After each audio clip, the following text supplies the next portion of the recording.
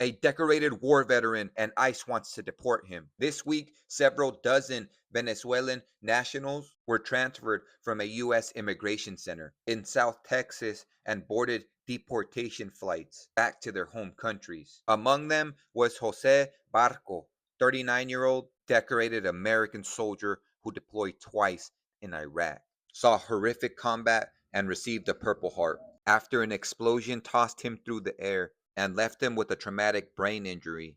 He was just 4 years old when his parents left Venezuela. This is a man who fought and bled for the stripes and stars, believing he was earning his right to be called an American, only to find himself in deportation proceedings. We are in a new age of immigration policy. When he arrived in Honduras en route to Venezuela, his journey took another unexpected twist. The Venezuelan authorities refused to take him. According to his family, the Venezuelan officials did not believe his birth certificate was genuine.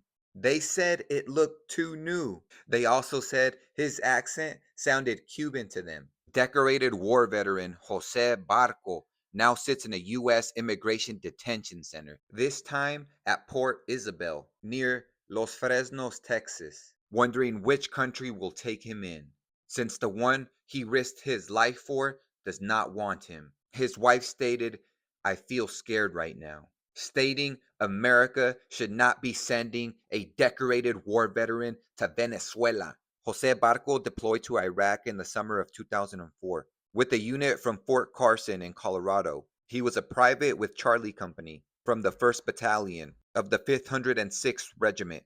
His unit was in western Iraq at a time against fierce fighting against insurgents. While Barco was on patrol with his platoon, a car riddled with explosives hit them and he went airborne, bursting into flames. The company medic, Ryan Krebs, stated as he was treating a wounded soldier, he turned around and saw Barco lifting the front end of the burning car, which had two soldiers pinned underneath it. They were unconscious when he pulled them out, Ryan said.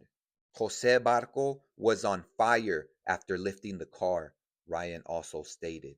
Jose doesn't remember none of that, only being thrown against the wall. You know he did that out of his heart.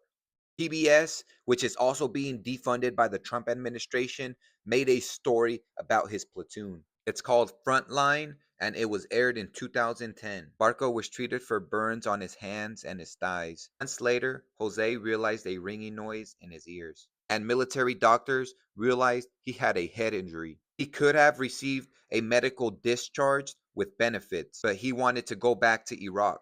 He was told that his burns and his hearing loss qualified him for a honorable medical treatment, which would leave him with a lifelong pension and free health care from the VA. But Jose pressed doctors to let him back into battle.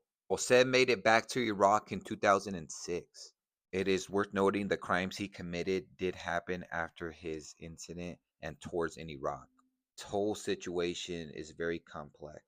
Comment down below what you think. I think he's a soldier, man.